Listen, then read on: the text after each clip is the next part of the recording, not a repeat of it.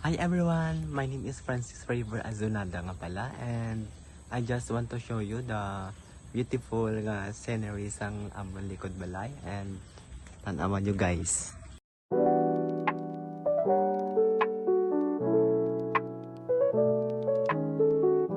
So, hi guys!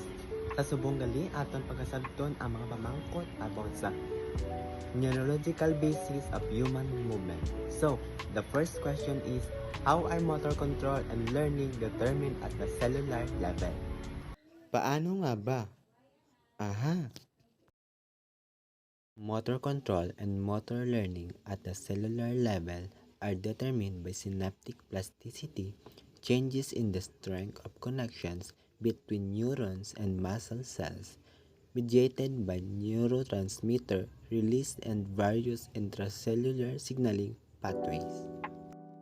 The next question is, what structures contribute to perception and how does perception contribute to the learning and control of motor skills? So, let's answer this. Sensory receptors, thalamus, visual, auditory, and somatosensory cortices, cerebellum, and motor cortex contribute to perception. Perception provides feedback crucial for adjusting and refining movement, thus contributing to motor skills, learning, and control. The third question is, what is kinesthesis? Kinesthesis is the sense of body position and movement. It's our awareness of where our limbs are in space and how they are moving. The fourth question is, what do visual systems control movements and how do they differ? The dorsal, where, and ventral, what, streams are the two visual systems that control movements. The dorsal stream processes spatial information for visually guided action, while the ventral stream processes object recognition, indirectly influencing movement. So, sa aton na ikalimang pamangkot is, what are the major structures of the brain contributing to the motor learning and motor control?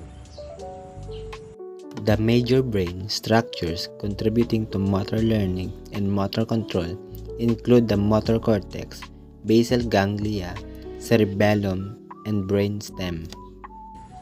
How does the central nervous system coordinate with movements?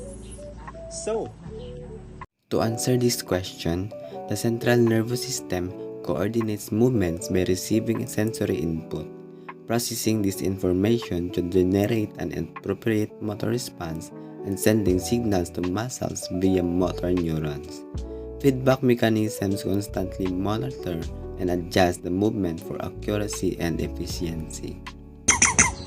so sa aton ikapito nga pamangkot is, what are the muscular contraction organized and controlled by the central nervous system? To answer this last question, muscular contractions are organized and controlled by the CNS or central nervous system through motor unit recruitment, rate coding, spinal cord reflexes, and higher brain centers that plan and coordinate complex movements. A short clip of my dance gali guys. Enjoy watching. Let's go!